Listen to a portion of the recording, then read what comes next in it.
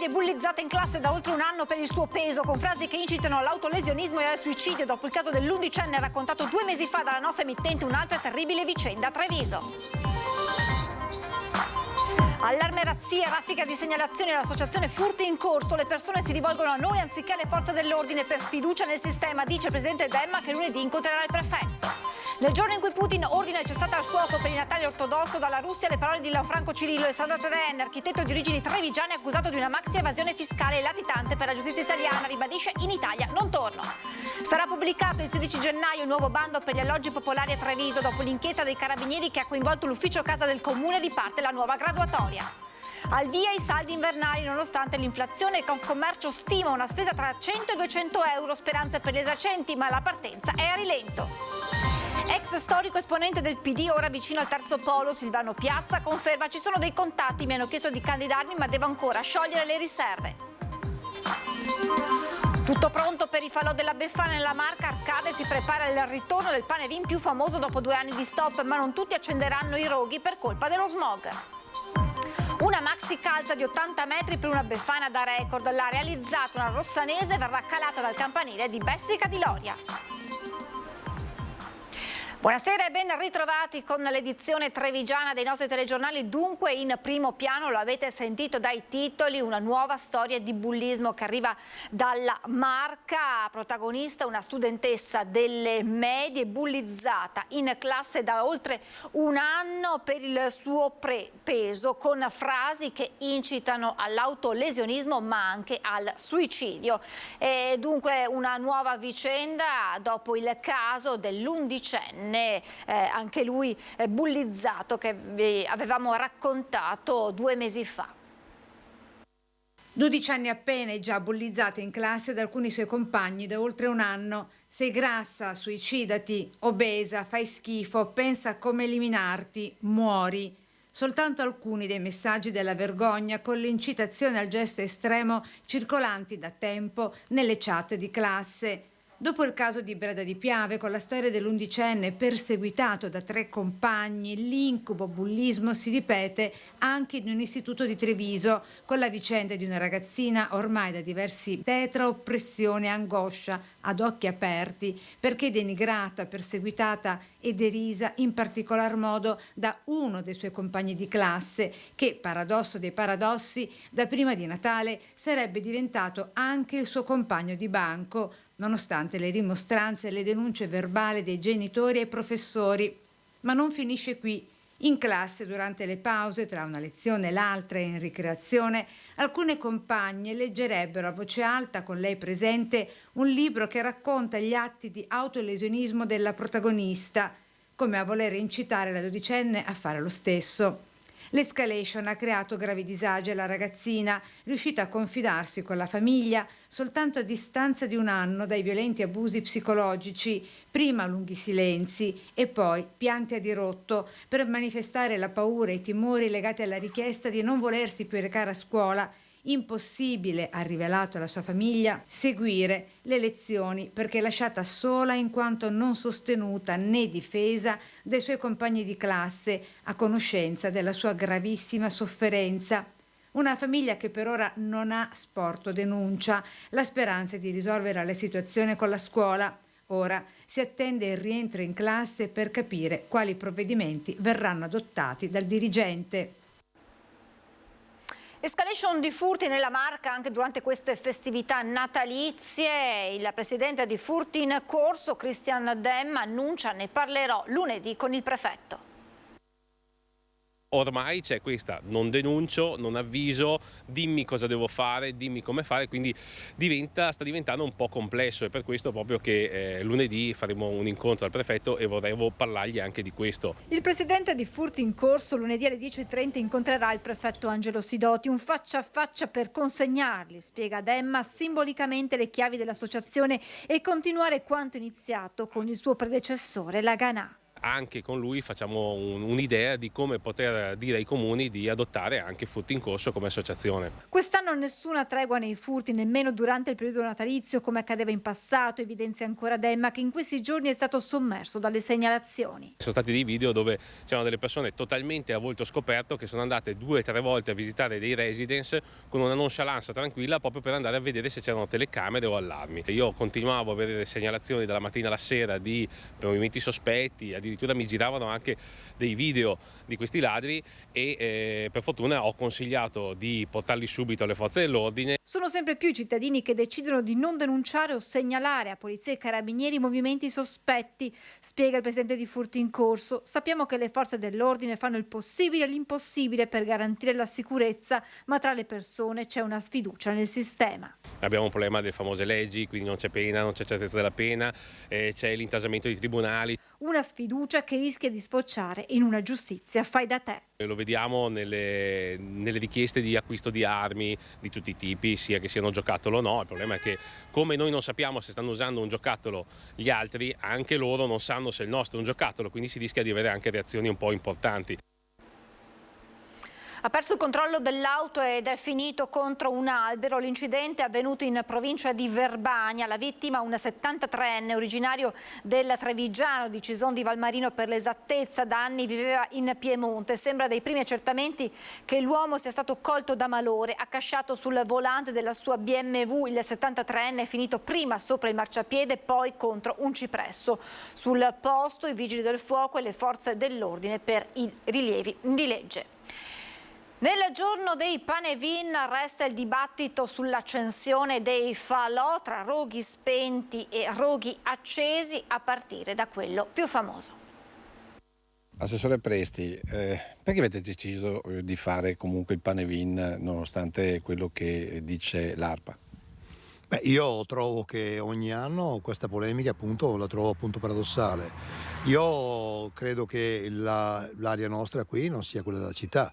Arcade chiude così la polemica su Panevin e polveri sottili, perché la scelta di Treviso legata all'alto tasso di inquinamento dell'aria potrebbe non valere per gli altri comuni della Marca, che sulla questione sono andati un po' in ordine sparso, considerando che ad esempio Quinto ha deciso di non farli, mentre Ponzano li ha ridotti di dimensioni ma comunque li ha accesi. Cosa simile per Villorba, con mini falò simbolici alti non più di 1,5 metri e larghi 2.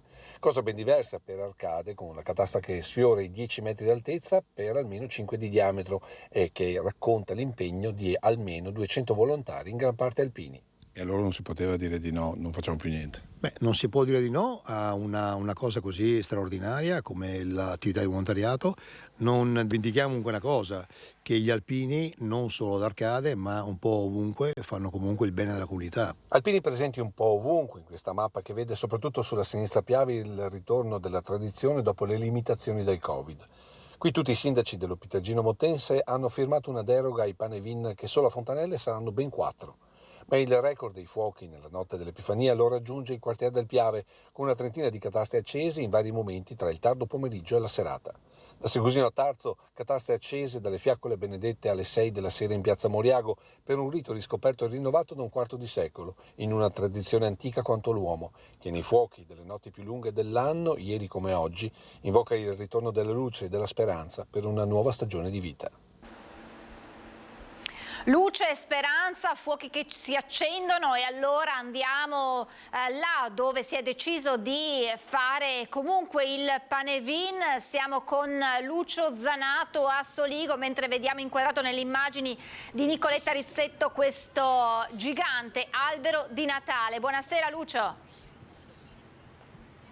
Buonasera Francesca, buonasera ai telespettatori del telegiornale di Antenna 3. Quello che vedete è il secondo più grande albero luminoso d'Italia ed è qui nella collina di San Gallo, sulla collina di San Gallo, e qui noi siamo ai piedi, siamo a Fara di Soligo, nella frazione di Soligo. Dietro le mie spalle, come vedete, il Panevin pronto per essere acceso, perché questa sera, come avevamo detto nel servizio, c'è stata la benedizione, stanno per arrivare i tedofori, però siamo venuti qui naturalmente per sentire innanzitutto il sindaco Mattia Perencin, che si è preso una bella responsabilità come tutti i sindaci che hanno deciso di accendere. Perché ha deciso di fare questa azione? Beh, questa è una tradizione che viene portata avanti ormai da moltissimi anni e come tutte le tradizioni vanno rispettate, e quindi io ho autorizzato i panevin nel mio comune. Fra l'altro quest'anno sono ritornati ad essere 7, in cui uno anche alla casa di riposo, quindi dopo la pandemia anche ai nonni abbiamo dato una luce di speranza con un panevin. Questa sera siamo a Soligo, qui alle spalle insomma c'è il panevin organizzato dai ragazzi della Proloco di Soligo, e quindi siamo qui per fare una serata di festa. Sì, ma non ha paura di essere denunciato da qualcuno per, come dire, attentato alla salute pubblica? Ma no, i sindaci ormai non hanno più paura di niente, mettiamola così sul ridere, per cui qui ormai siamo veramente all'assurdo tante volte, e quindi anche mettere in dubbio i panevin o quello che possono creare i panevin lo trovo veramente un'assurdità solo per fare polemiche strumentali. Io invece dico grazie a chi continua a portare avanti queste tradizioni. Appunto, e quindi noi parliamo invece con il presidente della Proloco, perché ricordiamo che i panevin sono tutti frutto di volontariato. Siamo con Enrico Nardi, presidente della Proloco. Quanto difficile è fare un panevin? Molto, perché rischi anche di prendere, come si diceva prima, qualche denuncia, e purtroppo la tradizione... Ma allora chi glielo fa fare? Bella domanda. No, sicuramente loro me lo fanno fare, perché un gruppo come di giovani che ho io, che basta chiedere fanno, quindi è questo il motivo che ci continua ad andare avanti, insomma. Francesca, se hai domande il sindaco ti ascolta. Sì, Lucio, io chiedevo a te, hai incrociato anche il sindaco di Tarzo, l'onorevole Gianangelo Boff, ecco, lui si è espresso in merito all'opportunità o meno di accendere i panevin? Sì, è una cosa che ha discusso anche con il sindaco Mattia Perencin. Che risposta ha avuto dal sindaco di Tarzo, nonché parlamentare Gianangelo Boff? Beh, bene che venga portato anche questo caso in Parlamento, soprattutto perché, ripeto, queste sono delle tradizioni, come tradizioni devono essere valorizzate e portate avanti. Per cui io insomma sono molto fiducioso, anche perché vedo che la risposta da parte dei volontari, dei giovani, insomma di tutte le Proloco e delle associazioni del comune si stanno dando da fare, è sempre molto attiva, per cui ben vengano e quindi continuiamo in questa strada.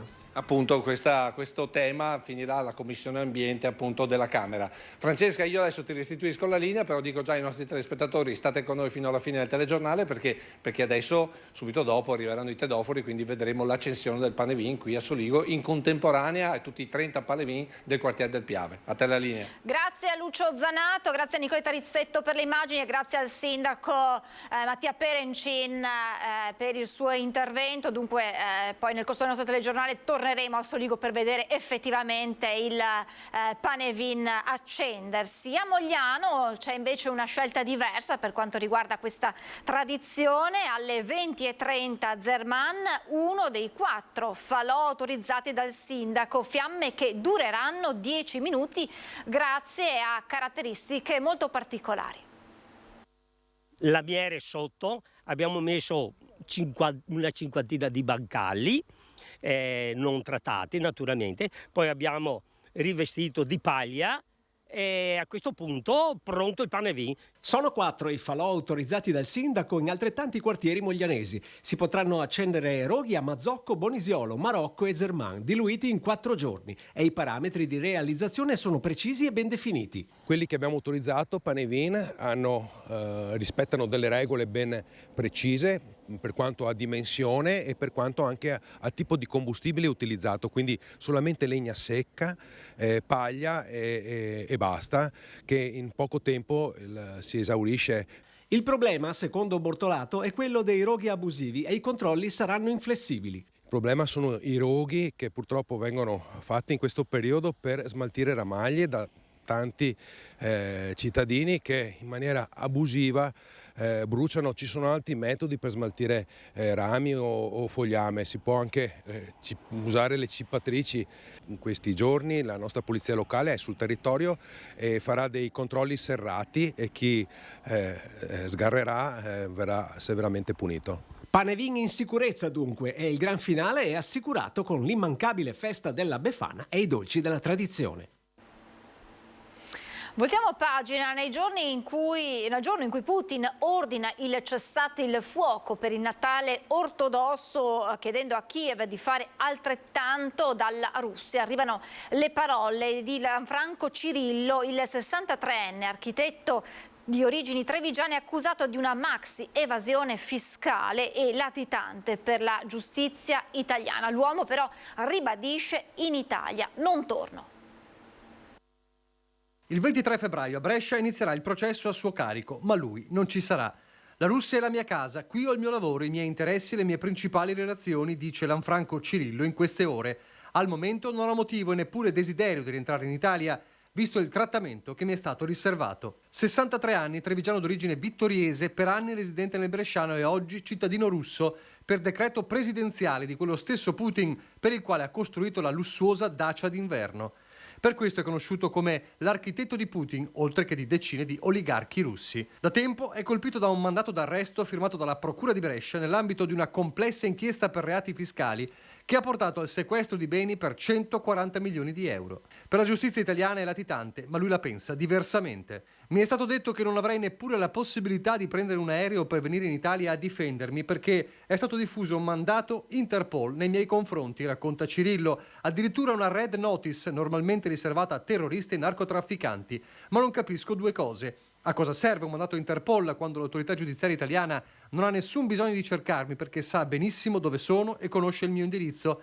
Secondo, perché è stato chiesto un mandato Interpol e invece non viene chiesta la mia estradizione in Italia con la ordinaria procedura di legge che consentirebbe di conoscere quali sono le contestazioni che mi riguardano e i documenti su cui si fonderebbero. È un trattamento speciale che trovo molto strano. Abitazioni di lusso, conti correnti, denaro contante, gioielli, opere d'arte e persino un elicottero sono alcuni dei beni sequestrati dalla Guardia di Finanza di Brescia. Il professionista è indagato in quanto non avrebbe dichiarato redditi per decine di milioni di euro dal 2013 al 2019, pur mantenendo in Italia il centro dei propri interessi familiari, affettivi ed economico-patrimoniali, secondo gli inquirenti.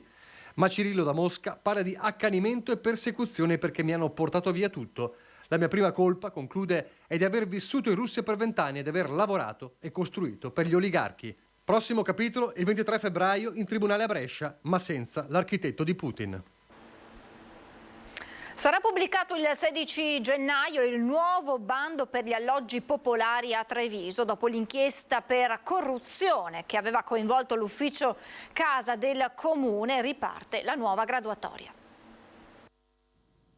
Lunedì 9 potranno essere fissati gli appuntamenti nella sede Ater per la compilazione assistita della domanda di assegnazione. Al via il nuovo bando per gli alloggi ERP. Si ricomincia da zero dopo l'inchiesta di Procura e Carabinieri che ha travolto l'ufficio casa del comune di Treviso. È un bando che ha un significato particolare per noi questo, perché significa mantenere una promessa nonostante, appunto, come ricordava lei, le difficoltà che dall'estate scorsa stiamo vivendo come ente, ovviamente dovute alle indagini che hanno coinvolto anche i dipendenti dell'ufficio casa. Quindi è un bando che per noi ha un sapore importante perché rispondiamo in un momento tra l'altro fortemente critico per il tema del diritto alla casa, a quelle che sono le esigenze dei cittadini. Un bando, ricorda l'assessore, fatto in tempi record grazie ad un lavoro di squadra e alla collaborazione con l'Ater e che risponde per la maggior parte ai criteri della legge regionale del 2017 che, rispetto al passato, detta in maniera più puntuali i paletti. Come amministrazione comunale è stato deciso di premiare la residenza nel comune di Treviso. Soprattutto poi abbiamo deciso di leggere quello che era il momento, quindi nei criteri di premialità e di nelle riserve che la legge regionale ci consente abbiamo deciso di aiutare i nuclei monoparentali con minori che oggi sono la parte più fragile nel tema proprio della casa, del mantenere un'abitazione. Dalle domande per le emergenze abitative, questi sono i nuclei con maggiore difficoltà. Ci si aspetta di arrivare a non meno di 800 domande. Siamo felici di aver potuto supportare il comune di Treviso, spiega Mauro D'Alziglio, presidente Ater di Treviso. Con soddisfazione che partiamo con questa nuova esperienza, un'esperienza di collaborazione con i comuni. Come tutto il Consiglio di amministrazione ha voluto che Ater sia aperto e a disposizione dei comuni. Un momento storico sul fronte abitativo, dice, per tutta la provincia. E noi siamo presenti, cerchiamo di dare una risposta e non solo con il bando ma anche con tante progettazioni, perché stiamo lavorando sia col PNRR sia con altri fondi per cercare di poter mettere a disposizione delle nuove unità abitative, che possano alleviare il problema dell'abitare di questo momento. Il 16 gennaio da Casugana verrà pubblicato il nuovo bando. La politica con la corsa verso le amministrative a Treviso. Silvano Piazza, ex esponente del Partito Democratico vicino al terzo polo. Ci sono dei contatti, conferma, mi hanno chiesto di candidarmi ma devo ancora sciogliere le riserve. In questo momento sono impegnato su altri fronti e francamente devo ancora, sciogliere le riserve. Silvano Piazza, ex sindaco di Silea e volto storico del Partito Democratico, non nasconde i contatti avuti nelle ultime settimane con il terzo polo di Treviso. Alla base vecchi rapporti di amicizia, con la richiesta a Piazza di mettere a disposizione la sua lunga esperienza in vista delle prossime amministrative nel capoluogo della Marca. Ho partecipato a suo tempo a qualche riunione, mi interessa tutto quello che serve per migliorare la città di Treviso, ma anche la politica del territorio, quindi anche la Marca trevigiana, e tutti coloro che mi chiedono delle idee, delle opinioni, un apporto di esperienza e di competenza, io sono a disposizione. Non le è stato chiesto solo di mettersi a disposizione per dare delle idee, per condividere dei progetti, ma anche le è stato chiesto di candidarsi? Sì, ma chiaramente ci sono dei rapporti anche di amicizia e quindi ci sta una proposta del genere, devo valutare. Mi fa piacere che ci si ricordi ancora di me, ammette Piazza, che dice sia troppo presto per parlare di una sua candidatura a consigliere comunale o addirittura sindaco, ma quella di Treviso è una partita che potrebbe seguire non restando a bordo campo. Su Treviso ci penso da tanto, perché Treviso comunque è una bella città, devo dire anche che è stata amministrata bene anche negli ultimi 10 anni, quindi cresce, ha bisogno di recuperare la prima periferia, quindi ipotizzare una strategia sulla grande Treviso. C'è un ragionamento che si può fare, ecco, su tanti di questi ragionamenti io sono disponibile. Terzo polo che lavora al programma e ad individuare un candidato. In pole position resta il nome di Nicolò Rocco e al quale il PD lascia ancora la porta aperta in attesa che Giorgio Denardi, possibile candidato sindaco per i Dem, sciolga le riserve. È evidente che le porte sono aperte e questo l'ha fatto capire sia Denardi, l'abbiamo fatto capire anche noi come Partito Democratico, che ci mancherebbe altro, anzi se riusciamo a costruire le condizioni per uno schieramento ampio è ovvio che siamo assolutamente a favore di questa prospettiva. Da oggi sono partiti anche a Treviso e in tutta la provincia i saldi invernali. Secondo Confcommercio ogni trevigiano spenderà tra i 100 e i 200 euro a testa. Sono scattati ufficialmente i saldi invernali, sebbene nonostante le aspettative a Treviso un po' a rilento. È iniziata calma, speriamo meglio più tardi o nei prossimi giorni, perché un giovedì non è mai un giorno di afflusso di persone. 3 euro però. Quanto? 3 euro però, diciamo che c'è la carta, la mamma ha detto di sì, quindi dai, così. Ma per 3 euro cosa si prende in saldo? Uno slip rosa molto carino, devo dire. Non supero i 100. Ho 6 nipoti, quindi bisogna un po'... Deve calibrare un attimo la spesa. Chiaramente. Quanti bei sacchetti, che cosa ci sarà qua dentro? Un paio di scarpe. Comprate con lo sconto giusto oppure... Poteva fare meglio? Ni. Doveva contrattare. Ecco, ha ragione. Abbiamo avuto un incremento quest'anno, anche le feste natalizie sono andate bene, i saldi un pochettino a rilento stamattina, però siamo positivi. Talone delle maglie. Posso vedere? Ecco. Ah, belle, sì, anche insomma, in tema con le festività. Ok. Quanto ha speso? Sulle 100 euro. Sacchetto piccolo, regalo grande di solito. Cosa ha comprato? No, niente di speciale, è una cosa che serve a mio figlio, niente di che. In sconto anche la cultura, ma con tessera fedeltà. Dei libri, sono andati alla Feltrinelli e semplicemente qui. Quindi anche i libri hanno lo sconto da oggi? Sì, ci sono comunque dei libri in sconto. Prevalentemente sono i DVD che sono scontati, però. Si fa un regalo per se stessi o per gli altri? se stesse, però anche per mia sorella abbiamo... Torniamo con il nostro Lucio Zanato a Soligo perché pochi secondi e si accenderà il Panevin. Ecco qua, vedete i tedofori che stanno arrivando, sono partiti da Mosnigo di Moriago. Sindaco, prende lei adesso in mano la situazione. Sì, i ragazzi del CEU, ciao ragazzi, vanno ad accendere. Ecco, è un momento particolare perché al di là delle polemiche questo è diciamo un rito che si ripete.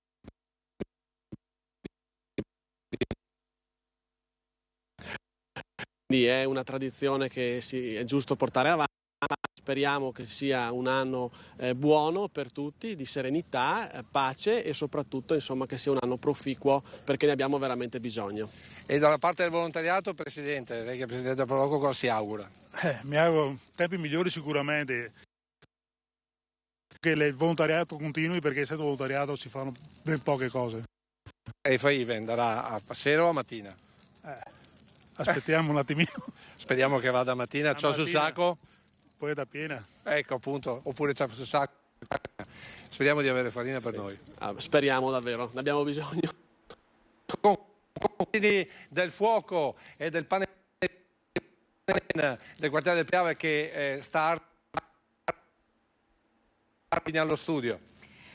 Grazie Lucio, nonostante qualche piccolo problema nel collegamento siamo riusciti a vedere il fuoco prendere vita, insomma il Panevin di Soligo che è stato acceso davanti alle nostre telecamere grazie a Lucio Zanato e a Nicoletta Rizzetto e Epifania Tempo di Calze, una maxi calza da 80 metri per una Befana da record, l'ha realizzata una rossanese, verrà calata dal campanile di Bessica di Loria. Mai come quest'anno la Befana sarà contenta di avere la calza rotta, o meglio saranno contenti anche i bambini e le centinaia di famiglie che non aspettano altro che di ritrovarsi sotto il campanile di Bessica per aprire, per rompere una calza della Befana da record. Una maxi calza di 80 metri realizzata da Alessia Peron che verrà riempita di dolciumi e calata dal campanile di Bessica nel giorno dell'Epifania. Ci ha impiegato un mese e mezzo, a 2 ore al giorno. Stanno tutti aspettando questo meraviglioso evento comunque, questo perché è una cosa che non è da poco. Insomma, ho avuto questa idea, però sono tutti pronti, tutti che aspettano il momento. 80 metri sono tanti, ma non abbastanza per entrare nel Guinness World Record. Non quest'anno, ma nel 2024. Basta allungarla di un po' e vediamo se ce la possiamo fare. In famiglia la creazione della maxi calza ha cambiato un po' le abitudini, ma... E lei quando ha occasione cucisce. Dedica tanto tempo, infatti la sera è bravo, lei adesso è ora che andrà a letto, no? E lei adesso arrivo, e alle volte si prolunga anche fino all'1:30. Ha avuto sempre spirito di iniziativa, no, da fare, dopo magari la pandemia che c'è stato uno stacco mentale per tutti quanti. A questo punto, in attesa che dal campanile alle mie spalle si calino la Befana e la maxi calza, non resta che cominciare a prendere posto. E per grandi piccini in arrivo calze di dimensioni sicuramente molto più ridotte con all'interno dolci, carbone e magari anche qualche regalo prezioso. La calza quest'anno è più ricca degli altri anni? Diciamo di sì, dai, ci accontentiamo, ci siamo ripresi. Tento di fare un regalo a una bambina di 5 anni di 2 amici miei. Che cosa hai chiesto alla Befana? Sicuramente tanto carbone. Ai, sei stata birichina, eh? No, dai. Carbone e soldini. La prima cliente stamattina dice per il mio compagno una calza solo carbone. Ho alzato le mani. Questa è la calzina che va per la maggiore quest'anno, col cuore. Soprattutto da parte degli uomini, con un regalo d'oro, d'argento, abbinata con dei cioccolatini Lindor. Gli uomini quest'anno sono galantuomini. Era ora. Giusto, era ora. Ti meriterebbe che cosa la moglie, dolce o carbone? Dolce, 100%. La calza questa sera l'aspetti? certo che le aspetto. Ah, ecco. Che cosa vorrei trovare nella calza? Oddio, magari un bel biglietto per andare da qualche parte. E anche noi abbiamo avuto la nostra calza. Evviva le Befane! Qualche istante di pubblicità e poi la pagina con le notizie da Belluno e provincia, tra pochissimo. Rieccoci di nuovo in diretta con la nostra pagina con le notizie che arrivano da Belluno e dalla provincia.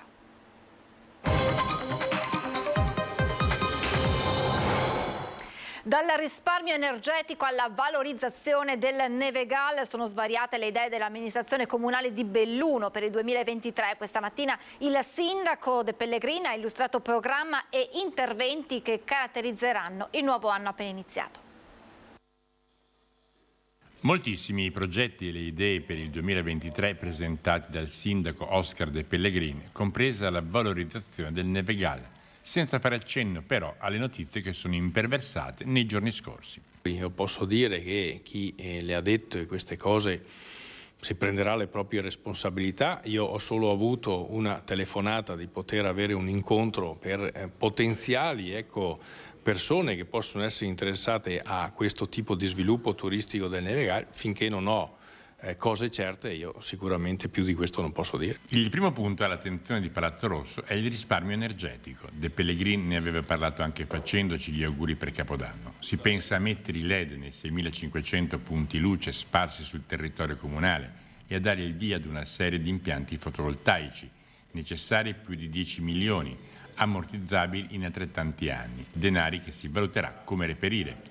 Raddoppio del Palazzetto dello Sport e attenzione ai 12 cimiteri, valorizzazione dell'Alta Via numero 1 per una Belluno che sia veramente capoluogo di una provincia che sarà olimpica, attenzione alle frazioni e alla sicurezza. Intanto siamo partiti con la bodycam, poi con il comandante siamo in essere di valutare e sentire come stiamo facendo le altre polizie, capire anche tutte gli spray urticanti, tutte queste cose che possono rendere più sicuro il lavoro della nostra polizia municipale. Polizia municipale fornita in futuro di bodycam e a cui verrà chiesta maggiore attenzione nelle ore di punta con riferimento ai ricorrenti casi di parcheggio selvaggio in centro storico. Vogliamo prima educare la città e far capire che così non si può continuare. Se questo sarà sufficiente, credo ce lo auspichiamo bene, se no andremo anche a altre forme, però iniziamo già a gennaio con avere le serate con i vigili nella nostra città. Nessuna novità per quanto riguarda il Bailey sul Piave. Per quei 12-13 milioni che servono continuano le interlocuzioni con il governo. Per il momento però non ci sono certezze. Ponte nelle Alpi entra a far parte dei comuni della memoria del Vajont. Il Consiglio Comunale ha approvato all'unanimità il protocollo d'intesa con i comuni di Longarone, Erto, Casso e Vajont per la realizzazione delle iniziative e delle manifestazioni commemorative in vista delle celebrazioni del 60° anniversario legato alla catastrofe del 1963. Un momento solenne e commovente, l'approvazione della delibera, dichiara il sindaco Paolo Vendramini. L'impegno di Ponte nelle Alpi, che la notte del 9 ottobre ebbe anche delle vittime, sarà massimo sia con i comuni storici che con la Fondazione Vajont. Non è piaciuto alla FILT CGIL di Belluno l'entusiasmo con cui il presidente della provincia ha salutato la firma della convenzione tra provincia, regione e ANAS sull'avvio della riclassificazione delle strade che cambia la proprietà di alcuni tratti di viabilità senza togliere la manutenzione che resta in capo a Veneto Strade. Anziché promuovere battaglie per le risorse per la viabilità provinciale, scrive la segretaria di FILT CGIL Alessandra Fontana, questa viene regalata allo Stato rinunciando di fatto a qualsiasi controllo strategico. Fontana è perplessa sul futuro modello di gestione e soprattutto del personale oggi in carico a Veneto Strade. I dipendenti, si chiede, torneranno in servizio in provincia come si chiedeva nell'accordo sindacale in caso di cessazione di Veneto Strade? Quesiti al momento senza risposta, mentre l'accordo di fine anno viene bollato come una sconfitta per la provincia di Belluno. Energia pura, ascolto e introspezione, la sintesi del progetto che Sergio Valacchi ha concluso dopo un anno di lavoro è racchiuso in un CD 12 passi indietro realizzato con la collaborazione di artisti e musicisti bellunesi, un dono speciale del frontman della BB Band.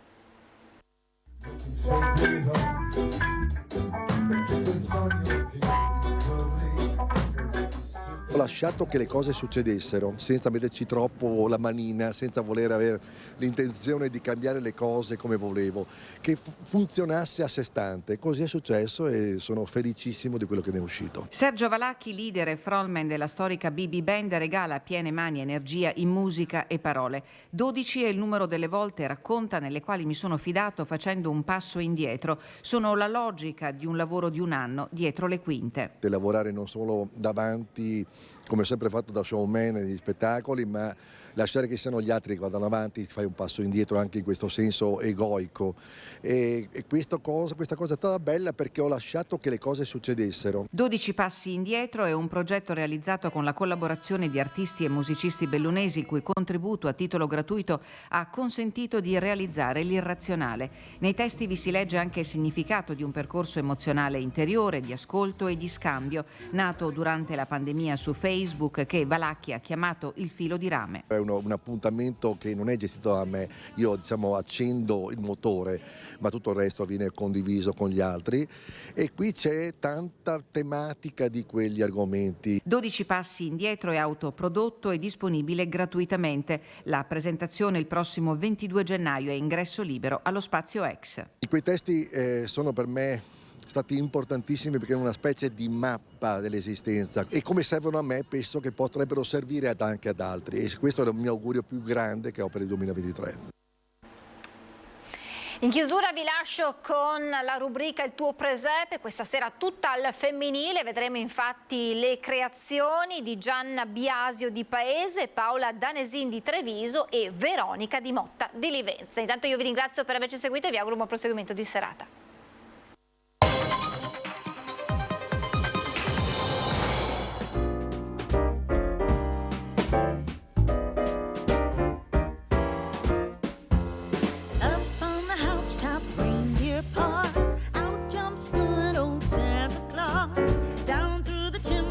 Lots of toys, all for the little ones' Christmas joys. Ho, ho, ho, who wouldn't go? Ho, ho, ho, who wouldn't go? Up on the housetop, tick, tick, tick, down through the chimney with bits and tick.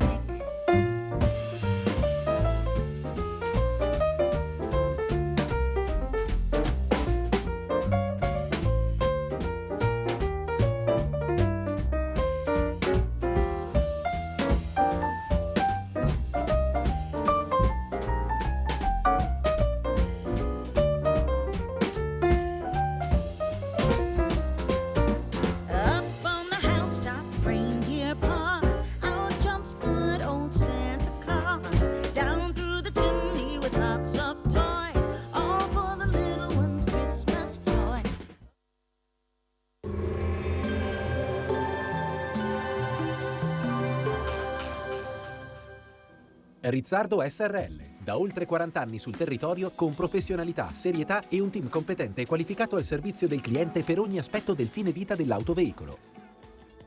Bentrovati al meteo. Epifania con pressione atmosferica stabile, cambiamenti in vista dopo la Befana con il possibile arrivo di una perturbazione. Vediamo il dettaglio. Sul Veneto la grafica di venerdì 6 gennaio evidenzia una giornata generalmente soleggiata sulle Dolomiti e sulle Prealpi. Altrove al mattino specie avremo una prevalenza di nubi basse e locali nebbie con qualche schiarita specie sulle zone centro-settentrionali al pomeriggio. Temperature invariate, minime tra lo 0 e i 7 gradi, massime invece tra i 7 e i 9 gradi all'incirca. Spostiamoci ora sul Friuli Venezia Giulia. Foschie e nebbie di mattina, più sole come vediamo nel pomeriggio, dalla sera nuvolosità un po' più consistente. Temperature minime tra 5 e 7 gradi, massime sugli 8-9 gradi. Infine diamo uno sguardo al Trentino Alto Adige, dove sarà decisamente soleggiato con cielo sereno o al massimo poco nuvoloso. Temperature minime intorno ai 3 gradi, massime sui 12-14 all'incirca. Dal meteo è tutto, arrivederci al prossimo aggiornamento.